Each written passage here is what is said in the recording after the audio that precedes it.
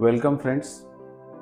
इयत्ता 8वीच्या गणित विषयातील पहिले प्रकरण परिमेय आणि अपरिमेय संख्या बाबत आपण या व्हिडिओमध्ये माहिती बघणार आहोत. विविध स्पर्धा परीक्षेमध्ये यावर निश्चित प्रश्न विचारले जातात. स्कॉलरशिप एक्झाम असेल किंवा NMMS ची परीक्षा असेल, यामध्ये या संदर्भात प्रश्न विचारलेले आपल्याला दिसून येतात. तर या पाठामध्ये संख्यांचे विविध प्रकार आपल्याला प्रथमतः पाहायचे आहेत. तर जेव्हा आपण संख्याबाबत विचार करतो तेव्हा आपल्याला 3 प्रकारच्या संख्या आतापर्यंत शिकलेल्या आपल्याला दिसून येतात. नैसर्गिक संख्या, आणि त्यानंतर आहे पूर्ण संख्या, आणि नंतर आहेत पूर्णांक संख्या. नैसर्गिक संख्यांना आपण मोज संख्या असेही म्हणतो.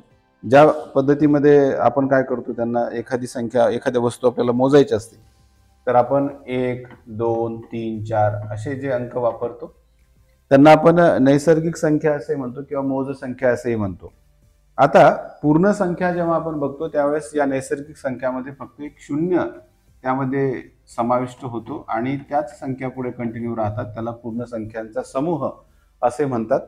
पूर्णांक संख्येचा जेव्हा आपण विचार करतो त्यामध्ये ऋण संख्या, शून्य आणि धन संख्या अशा प्रकारचा समूह आपल्याला दिसून येतो. -2, -1, 0, -1 आणि -2 नंतर अशा अनंत संख्यांचा समूह असतो पूर्णांक संख्या म्हणजे. आता या संख्या आपण अगोदरच्या इयत्तामध्ये बघितलेल्या आहेत. यामध्ये आपल्याला परिमेय संख्या हा नवीन घटक, हा नवीन कन्सेप्ट यामध्ये शिकायचा आहे. परिमेय संख्यामध्ये या तीनही संख्यांचा समावेश झालेला आपल्याला दिसून येतो. म्हणजे परिमेय संख्यामध्ये नैसर्गिक संख्याही दिसतील तुम्हाला, पूर्ण संख्याही दिसतील आणि पूर्णांक संख्या सुद्धा दिसतील. आता या परिमेय संख्या कशा असतील तर बघा, यामध्ये 2 नावाचा, समजा 2 ही एक संख्या आहे. त्यानंतर -3/4 ही एक संख्या आहे, 0 आहे किंवा -1/2 अशा प्रकारच्या ज्या संख्या आहेत, किंवा 28/5 इत्यादी एक्सेट्रा ज्या संख्या आहेत त्या परिमेय संख्यामध्ये येतील. म्हणजे परिमेय संख्यांचा समूह हा या रिलेटिव्हली नैसर्गिक संख्या असतील, पूर्ण संख्या असतील किंवा पूर्णांक संख्या असतील यांच्यापेक्षा मोठा समूह हा परिमेय संख्येचा असलेला आपल्याला दिसून येतो. म्हणजेच या वर्गामध्ये आपल्याला, या क्लासमध्ये इयत्ता 8वी मध्ये परिमेय संख्यांच्या बाबतीत आपल्याला पूर्ण माहिती शिकायची आहे की परिमेय संख्या म्हणजे नेमक्या कोणत्या संख्या असतात आणि त्या कशा ओळखायच्या आणि त्यांचे सुद्धा काही प्रकार आहेत का, हे आपल्याला याच्यामध्ये व्हिडिओमध्ये शिकायचं आहे. परिमेय संख्या म्हणजे काय की जी संख्या आपल्याला x/y या रूपामध्ये मांडता येते, ज्यामध्ये x हा कोणताही पूर्णांक असेल आणि y हा कोणताही शून्येतर पूर्णांक असेल. म्हणजे यामध्ये एक अट आहे की y must not be equal to 0, y हा 0 नसला पाहिजे. x हा कोणतीही पूर्णांक संख्या असले तरी चालेल, आणि y च्या बाबतीत एक कंडिशन आहे की y ही शून्येतर म्हणजे शून्य सोडून कोणतीही पूर्णांक संख्या असेल तर आणि तरच x/y या संख्येला आपण परिमेय संख्या असं संबोधू शकतो. ठीक आहे. सर्व अपूर्णांक जे आहेत, समजा उदाहरणार्थ एक अपूर्णांक आपण घेतला 3/4 किंवा 2/3 किंवा कोणताही असेल 4/3, हा जो अपूर्णांक आहे हा अपूर्णांक सुद्धा परिमेय संख्या आहे. आणि परंतु एक गोष्ट लक्षात घ्या की सर्व अपूर्णांक परिमेय संख्या असतात, पण सर्व परिमेय संख्या या अपूर्णांक असतीलच असे नाही.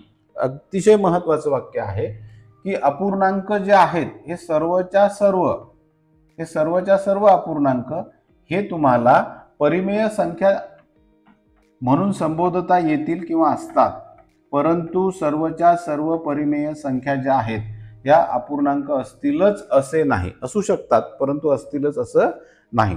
अपूर्णांकामध्ये छेद हा अंशापेक्षा मोठा किंवा अंश व छेद सारखे असतात.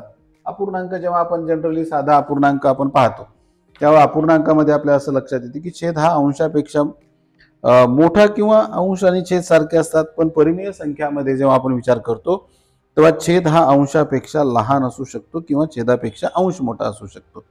आता बघा, एक पूर्णांक संख्या आहे 5. या 5ला जर का आपण असं मांडलं 5/1, याचाच अर्थ ही परिमेय संख्या झाली. म्हणजे ही जी पूर्णांक संख्या होती 5, हिला आपण परिमेय संख्येत रूपांतर करताना तिला जर छेद 1 दिला तर ती आपल्याला परिमेय संख्येच्या रूपात मांडता येते. प्रत्येक परिमेय संख्या व अपरिमेय संख्या जी असते ती आपल्याला संख्या रेषेवर दाखवता येते. आता ही संख्या रेषा म्हणजे काय तर ज्या रेषेवर संख्या दर्शवलेल्या असतात त्या रेषेला आपण संख्या रेषा असे म्हणतो. आता संख्या रेषेच्या बाबतीत तुम्हाला माहिती आहे की संख्या रेषा तुम्ही अगोदरच्या इयत्तेमध्ये सुद्धा शिकलेले असाल. ठीक आहे. बघा, संख्या रेषा म्हणजे एक अशी एक रेषा जर आपण मारली आणि त्याच्यावर विविध संख्या जर आपण दाखवल्या की जनरली आपण मध्यभागी इथे 0 दाखवतो आणि उजवीकडे धन संख्या दाखवतो आणि त्यांचं जे अंतर आहे ते सेम असतं आणि या ठिकाणी डाव्या बाजूला ऋण संख्या आपण त्यावर दर्शवितो. आता ही जी रेषा आहे या रेषेला आपण संख्या रेषा असे म्हणतो. आता उदाहरणार्थ आपल्याला या रेषेवर 3 दाखवायचे असले तर एक सिंपल गोष्ट आहे, आपण ती सहज दाखवू शकतो की या ठिकाणी हा 3 आहे. ओके. परंतु आपल्याला ज्यावेळेस असं सांगितलं जाते की 3/4 ही संख्या तुम्हाला दाखवायची आहे, 3/4 ही संख्या दाखवायची असेल तर आपल्याला काय करावं लागेल, 0 ते 1 हा जो पोर्शन आहे एवढा याच्यामध्ये तुम्हाला 4 भाग करावे लागतील. जसं की उदाहरणार्थ आपण या ठिकाणी करतो, 3 रेषा जर मारल्या तर 4 भाग होतात आणि यातला जो तिसरा भाग आहे हा याला आपण 3/4 असं म्हणू शकतो. म्हणजेच आपण संख्या रेषेवर परिमेय संख्या सहज पद्धतीने दाखवू शकतो. आता मग अपरिमेय संख्या दाखवता येतील का, तर यस, संख्या रेषेवर आपल्याला परिमेय संख्या सुद्धा दाखवता येतील. त्याचबरोबर अपरिमेय संख्या सुद्धा दाखवता येतील. आता परिमेय आणि अपरिमेय संख्यांच्या बाबतीत आपण समोर माहिती बघणार आहोत. संख्या रेषेवर परिमेय आणि अपरिमेय संख्या दाखवता येतात, दोन्ही दाखवता येतात. ठीक आहे. मग अपरिमेय आणि परिमेय संख्या म्हणजे काय किंवा त्याच्या बाबतीत नेमका फरक काय आहे तर आपण या ठिकाणी लक्षात घेऊया. बघा, लक्षात घ्या, परिमेय संख्येच्या अंशाला छेदाने जर आपण भागलं, म्हणजे आपण नेक्स्ट स्लाइडवर जाऊया की परिमेय संख्येच्या अंशाला छेदाने भागलं आणि भागताना दशांश अपूर्णांकाचा उपयोग केला व बाकी 0 आली तर अशा दशांश रूपाला खंडित दशांश रूप असे म्हणतात. जसं की उदाहरणार्थ 7/5 हा एक अपूर्णांक आहे किंवा ज्याच्यामध्ये 7 हा अंश आहे आणि 5 हा छेद आहे. तर यामध्ये जर का आपण हा ऍक्च्युअली जर भागाकार केला 7 भागेला या 7ला 5 न भागलं, 5 × 1 = 5 आणि या ठिकाणी यांची वजाबाकी आली 2, परंतु 2 ही संख्या 5 पेक्षा लहान असल्यामुळे आपण घेतला पॉईंट, इथं आला 0, 5×20 आणि याचं उत्तर जे आलेलं आहे ते आलेलं 1.4 आणि बाकी आलेली आहे 0. म्हणजे याचा अर्थ असा की 7/5 यामध्ये उत्तर जरी 1.4 आलं, बाकी 0 आली, म्हणजेच काय झालं की या ठिकाणी हा भागाकार संपला. म्हणून याला म्हणायचं खंडित.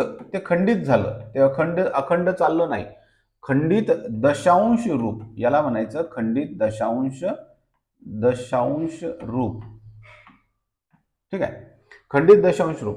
परंतु जेव्हा आपण एखादी असा एक संख्या घेतो 5/9 आणि याला जेव्हा आपण ऍक्च्युअली भागाकार करतो, 5ला जर 9 न भागलं तर भाग जाणार नाही, पॉईंट घेतला, या ठिकाणी त्याला 0, 9 × 54 म्हणजेच 5चा भाग जाईल, 9×5 = 45, खाली उरला 5, पॉईंट घेतलेला असल्यामुळे परत दिला 0, 9×5 = 45, परत या ठिकाणी यांची वजाबाकी 5 येणार, या पॉईंटमुळे परत आपण 0 घेणार, 9×5 = 45 आणि या ठिकाणी हा जो भागाकार आहे अखंडपणे चालू राहील आणि याचं जे उत्तर येईल बघा 5/9 याचं जे उत्तर येईल ते उत्तर असेल 0.555 आणि पुढे आपण याला डॅश डॅश डॅश देऊया किंवा याला आपण असं म्हणूया 0.5 आणि 5 हे आवर्ती आहेत म्हणून त्याच्या डोक्यावर एक रेघ मारली आपण आणि याला असं म्हणूया आपण हे जे रूप आहे हे अखंड आहे कारण ते संपलं नाही. त्यानंतर यामध्ये 5 हा अंक परत परत आला म्हणून हे आवर्ती आहे. याच्यावर दशांश वापरला म्हणून हे दशांश रूप आहे. म्हणजेच याचा अर्थ असा की 5/9 ही जी संख्या होती किंवा हा जो अपूर्णांक होता त्याला जर का आपण सिम्प्लिफिकेशन केलं त्याला सोडवलं तर त्याचं अखंड आवर्ती दशांश रूप येते. हा शब्द महत्वाचा आहे, अखंड आवर्ती दशांश रूप. ठीक आहे. आता प्रत्येक परिमेय संख्या जी असेल, कोणतीही परिमेय संख्या घ्या, उदाहरणार्थ 3/2 अशी जर आपण एक संख्या घेतली आणि या संख्येला जर का आपण दशांश रूपात मांडलं, बे 1 बे, 3तून 2 गेला 1, पॉईंट घेतला, इथे दिला 0, बे 5 10 आणि 10तून 10 गेले 0, या ठिकाणी उत्तर आलेलं आहे 1.5 आता 1.5 कसं आलं तर हे खंडित आहे. कसं आहे? खंडित आहे आणि याच्यात काही आवर्तही झालेलं नाहीये. परिमेय संख्येच्या अंशाला जर छेदाने आपण भागलं तर दशांश अपूर्णांकाचा उपयोग केला, बाकी शून्य आली, तर अशा दशांश रूपाला खंडित दशांश रूप असं म्हटलेलं आपल्याला दिसून येतं. आता परिमेय संख्या ज्या असतात, या परिमेय संख्यांच्या बाबतीत दशांश रूप मांडताना अंशाला छेदाने भागावं लागते आणि त्यानंतर दशांश रूप मिळते. तर अशा प्रकारचे प्रश्न तुम्हाला याच्यावर आधारित येतील, पण असाच्या असा प्रश्न काही येणार नाही. ठीक आहे, एक उदाहरण जर आपण या ठिकाणी घेतलं 13/6. 13/6 याला जर आपण पाहिलं 13/6. आता ऍक्च्युअली जर आपण हा भागाकार केला, बघा आता इकडे लक्ष द्या, 13/6 6 दुनी 12, खाली उरला 1 पॉईंट घेतला, इथे दिला 0, 6 1 6, 10तून 6 गेले 4 पॉईंट घेतलेला असल्यामुळे आपण 0 देऊ, 6 6 36. या ठिकाणी परत या ठिकाणी 4 आलेले आहेत, याला जर आपण 0 दिला तर इथं पॉईंटवर 0 दिला, 6 6 36 आले. ठीक आहे, इथं पुन्हा 4 आले. आता हे जे 6 6 आहेत, हे 6 6 कंटिन्यू येत जाणार, कारण खाली 4 बाकी उरत राहणार, त्यावर आपण 0 देणार. या भागाकारामध्ये बाकी 0 येणार नाही. याच्यामध्ये बाकी 0 येईल का? नाही. व भागाकाराची क्रिया सुद्धा पूर्ण होणार नाही. तसेच येणारा भागाकार पुन्हा पुन्हा तोच येत राहील. याला आवर्तने असे म्हणतात. अशा वेळेस येणाऱ्या दशांश रूपाला अखंड आवर्ती दशांश रूप असे म्हणतात. हे जे आहे याला अखंड आवर्ती दशांश रूप असे म्हणतात. आता दाखवायचं कसं? तर 13/6 याची जर आपल्याला मांडणी करायचं, उत्तराची मांडणी जर करायची असेल तर 2.16 आणि 6 ही आवर्ती आहे म्हणून आपण त्याच्या डोक्यावर एक रेघ मारूया किंवा टिंब दिलं तरी चालेल. ठीक आहे. आता परिमेय संख्यांचे जे दशांश रूप आहे हे दोन प्रकारचे आपल्याला दिसून येते. परिमेय संख्या ज्या आहेत, या परिमेय संख्यांचे जे काही परिमेय संख्यांचे जर का आपण विश्लेषण केलं आणि त्यांचे दशांश रूप जर आपण पाहिलं की त्या जर दशांश रूपात जर मांडल्या तर त्या कशा प्रकारे दिसून येतात, तर पहिला प्रकार असतो खंडित आणि दुसरा प्रकार असतो अखंडित. दुसरा प्रकार असतो अखंड आवर्ती, याला असं म्हणूया आपण अखंड आवर्ती. ओके. खंडित दशांश रूप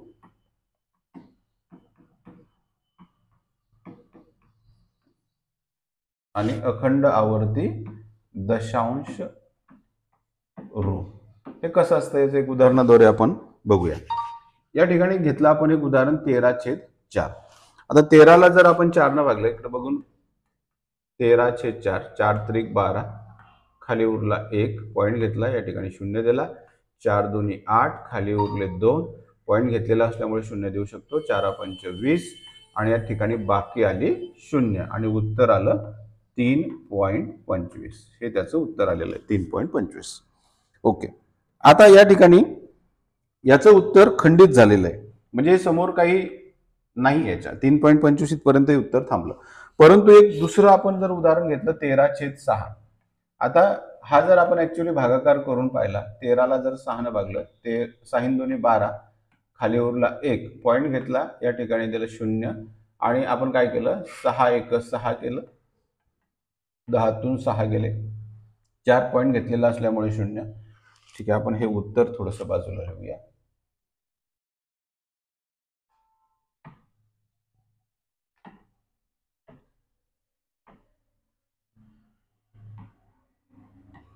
दोन पॉईंट एक उत्तर आलं होतं ना. ठीक आहे. आता हे 40 आलेले आहेत आणि 40ला जर 6 न भागलं तर 6 6 36 येणार आणि इथं परत बाकी 4 होणार, परत 0 घेणार, परत आपण या ठिकाणी 6 लिहिणार आणि हे 36 येणार आणि ही क्रिया कंटिन्यू चालू राहणार. याचं जे उत्तर येणार ते असं येणार 2.1666 असे अनंत वेळा येणार. म्हणजेच आपण काय करणार, 2.1 आणि 6च्या डोक्यावर एक रेष मारून त्याला आपण सांगणार की हे आवर्ती आहे. म्हणजे हे अखंड पण चाललेलं आहे आणि त्याचबरोबर हे आवर्ती पण आहे. म्हणजे परिमेय संख्यांचे जे दशांश रूप आहे ते दोन प्रकारे आपल्याला दिसून येते. पहिला प्रकार आहे खंडित दशांश रूप आणि दुसरा आहे अखंड आवर्ती दशांश रूप. ही गोष्ट आपण लक्षात ठेवली पाहिजे. आता अपरिमेय संख्या म्हणजे काय किंवा अपरिमेय संख्यांच्या बाबतीत नेमकी कशी गोष्ट होते आपण या समोरच्या स्लाइडमध्ये बघूया. बघा, ज्या परिमेय संख्यांचा भागाकार हा अखंड आणि अनावर्ती येतो म्हणजे तो भागाकार थांबत नाही व थांबवता येत नाही अशा परिमेय संख्यांना अपरिमेय संख्या असे म्हणतात. अपरिमेय संख्या. अपरिमेय संख्यांच्या बाबतीत एक सगळ्यात महत्वाची गोष्ट म्हणजे अशी आहे की ज्या परिमेय संख्यांचा भागाकार जो असतो हा अखंड असतो. कसा असतो? अखंड. तो थांबत नाही. आणि दुसरी गोष्ट म्हणजे तो अनावर्ती असतो. म्हणजे नॉन रिकरिंग म्हणतात त्याला. अनावर्ती म्हणजे परत परत संख्या येणार नाही. तो थांबवताही नाही आणि थांबवताही येत नाही अशा परिमेय संख्यांना अपरिमेय संख्या असे म्हणतात. जसं उदाहरणार्थ वर्गमुळात 2 किंवा वर्गमुळात 3 ह्या ज्या काही संख्या आहेत त्या अपरिमेय संख्या आहेत. त्यानंतर ज्या संख्यांचे वर्गमूळ आणि घनमूळ पूर्णांक संख्या येत नाहीत त्यांना अपरिमेय संख्या असे म्हणतात. जसं ज्यांचं घनमूळ येत नाही पूर्णांक संख्या त्या सर्व संख्या ज्या आहेत म्हणजे उदाहरणार्थ अशी एक संख्या आहे बघा, वर्गमुळात 5, वर्गमुळात 7 किंवा वर्गमुळात 10 अशा ज्या काही संख्या आहेत ह्या अपरिमेय संख्या आपण म्हणू शकतो. अशा प्रकारे हा नेमका फरक आहे. अधिक नेमकी एक जादू किंवा एक गोष्ट सगळ्यात महत्वाची तुम्हाला लक्षात घ्यायची आहे की जेव्हा आपण या संख्येबाबत पाहतो, पाय म्हणतो आपण त्याला, हा जो पाय आहे ही पाय अपरिमेय संख्या आहे. पाय कशी आहे?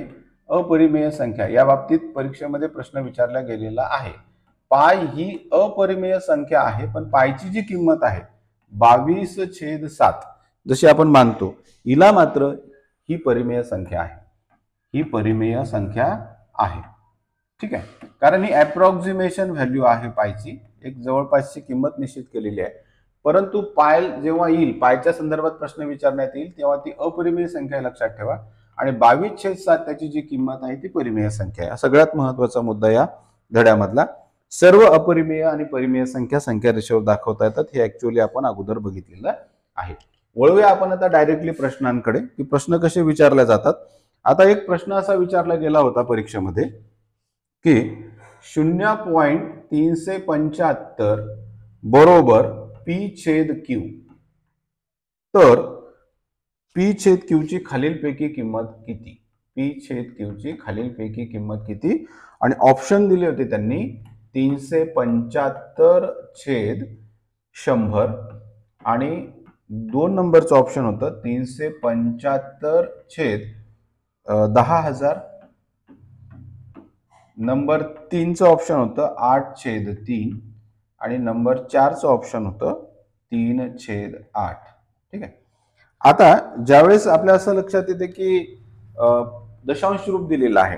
दशांश रूप दिलेलं आहे म्हणजे निश्चितच आपण छेदामध्ये 1 वर 0 असलेल्या संख्या त्यामध्ये कन्सिडर करू शकतो. 375ला जर आपण या ठिकाणी कितीनं भागलं बघा, 10,000नं भागितलं. 10,000नं जर भागितलं तर काय येऊ शकतं याचं उत्तर? याचं उत्तर येणार 0.0375. कारण ही गोष्ट तुम्हाला माहित आहे. ओके. परंतु आपल्याला 0.375 पाहिजे. म्हणजे याचा अर्थ असा की 375ला आपल्याला 1000नं भागितलं तर उत्तर येणार आपलं 0.375. मग 375/100 हे तर ऑप्शन मध्ये दिसत नाही. मग आपल्याला काय करावं लागेल, हे जे 375/1000 आहे याला आपल्याला काही सरळ रूप देता येते का ते आपण पाहूया. 305 इथं 5 आहे, इथं 0 आहे, म्हणजे कोणती तरी अशी संख्या असेल की जिच्या शेवटी 5 आहे तिने नक्कीच या संख्येला भाग जाईल. 125चा जर विचार केला आपण तर 125ला जर 3 गुणलं तर 375 येतात आणि 125ला जर का आपण 8 गुणलं तर या ठिकाणी 1000 येतात. बरोबर आहे. म्हणजेच 125 कटले, उत्तर येणार 3/8 आणि जे की आपल्या ऑप्शन मध्ये आहे बघा. पर्याय क्रमांक 4 हे त्याचं उत्तर असेल. अतिशय सुंदर असा प्रश्न डेव्हलप केलेला होता. यामध्ये दोन्ही संकल्पना तुमच्या त्यांनी टॅली केल्या की तुम्हाला अशा प्रकारचा 3/10 समजा एखादी संख्या आहे तर तिला 0.3 असं तुम्हाला दशांश रूपात मांडता येते का हे सुद्धा तपासलं आणि नंतर 125च्या पटीतील ज्या संख्या आहेत त्या 125 काटून उरलेले जे अंक आहेत त्या तुम्हाला त्याचं उत्तर तुम्हाला शोधता येतं का हे सुद्धा त्यांनी या प्रश्नामध्ये तुमच्याकडून जाणून घेण्याचा प्रयत्न केलेला आहे. ठीक आहे. आता परत यामध्ये एक गोष्ट अशी आहे की तुम्हाला परिमेय संख्यांची तुलना करण्यासाठी सांगितलं जातं की परिमेय संख्यांची तुलना तुम्हाला करायची आहे. जसं उदाहरणार्थ ही एक संख्या आहे a/b आणि दुसरी एक संख्या आहे c/d. दोन्ही या परिमेय संख्या आहेत. या परिमेय संख्यामध्ये b आणि d, समजा ही b आहे आणि ही d आहे, हे b अँड d हे जर पॉझिटिव्ह असतील, b अँड d हे जर का पॉझिटिव्ह असतील म्हणजे प्लस असतील, दोन्ही संख्या ह्या ज्या आहेत या धन असतील, तर आपल्याला यांची तुलना जर करायची असेल तर पहिला नियम असा आहे की ए न डी ला गुणायचं, बी न सी ला गुणायचं, ए गुणेला डी आणि बी गुणेला सी असं जर काही असेल आणि याच्यामध्ये जर का बी गुणेला सी हे जर मोठं येत असेल तर याचा सरळ सरळ अर्थ असा आहे की ए छेद बी पेक्षा सी छेद डी हा अपूर्णांक मोठा आहे. ओके, आता दुसरा एक हे घेऊया आपण, ए गुणेला डी आणि बी गुणेला सी. ओके, याच्यामध्ये जर का ए गुणेला डी चा जो काही गुणाकार आहे तो बी गुणेला सी च्या पेक्षा जास्त येत असेल तर जो पहिला अपूर्णांक आहे तो दुसऱ्या अपूर्णांकापेक्षा मोठा असलेला आपल्याला दिसून येतो तुलना करण्यासाठी. कधी कधी अशी ही गोष्ट होते की A multiplied by D and B multiplied by C यांचा जो गुणाकार आहे तो सारखा येत असेल तर ए छेद बी बरोबर सी छेद डी असं त्याच्यामध्ये संबंध प्रस्थापित होतो. म्हणजे या तीनही गोष्टीमध्ये आपल्याला लक्षात ठेवायचं आहे की एखाद्या अपूर्णांकाची तुलना करायची, दोन अपूर्णांकाची जर तुलना करायची असेल तर त्यामध्ये कशा प्रकारची तुलना आपण करू शकतो. ठीक आहे, बघा यालाच आपण उदाहरण रूपामध्ये असं बघू शकतो की 3/4 आणि 2/5 असे दोन अपूर्णांक आहेत. यापैकी कोणता अपूर्णांक मोठा आणि कोणता अपूर्णांक लहान असं जर तुम्हाला विचारलं तर आपल्याला सरळ सरळ काय लॉजिक आहे, तुम्ही तर पाहिलं की आपण काय केलं, ए न डी ला गुणलं म्हणजे या 3 न 5 ला गुणायचं, 4 न 2 ला गुणायचं, 3 गुणेला 5 आणि इकडे गुणायचं 4 गुणेला 2 आणि याच्यामध्ये 3/5 15 येणार, 4 2 8 येणार, 15 हे मोठे येणार म्हणजेच हा गुणाकार मोठा येणार आणि हे जे काही चिन्ह आलं हेच चिन्ह आपल्याला या दोन अपूर्णांकाच्या मध्ये ठेवायचं आहे. म्हणजेच 3/4 अपूर्णांक हा 2/5 या अपूर्णांकापेक्षा मोठा असलेला आपल्याला दिसून येतो. म्हणजे परिमेय संख्यांची तुलना करण्यासाठी अशा प्रकारचं लॉजिक आपण वापरतो. ठीक आहे, आता याच्यामध्ये असंच एक प्रश्न विचारलेला आहे, 3/4 आणि 5/8 यामधील 3/4 आणि 5/8 यामधला सर्वात लहान अपूर्णांक कोणता. परत आपण तोच नियम फॉलो करूया. 3 ने 8 ला गुणू, 4 ला 5 ला गुणू, 3 गुणेला 8 आणि 4 गुणेला 5 याचं उत्तर येणार 8 त्रिक 24, 5 चोक 20, 24 हे मोठे आहेत. म्हणजे जो पहिला अपूर्णांक आपल्याला या ठिकाणी दिसत आहे हा पहिला अपूर्णांक मोठा आहे. पहिला अपूर्णांक मोठा आहे. 3/4 इज ग्रेटर दॅन 5/8. ठीक आहे, परंतु लहान विचारला तर आपण असं सांगायचं की 5/8 म्हणजे आपण त्याला असं लिहू शकतो की 5/8 हा जो अपूर्णांक आहे हा लहान आहे कोणापेक्षा, तर 3/4 पेक्षा. ठीक आहे, अशा मांडणी एकच असेल परंतु बोलण्याची जी पद्धत आहे ती आपण वेगवेगळ्या पद्धतीने बोलू शकतो किंवा याला अशा पद्धतीने सुद्धा मांडू शकतो. 5/8 इज लेस दॅन 3/4. 5/8 हे 3/4 पेक्षा लहान आहेत. ठीक आहे,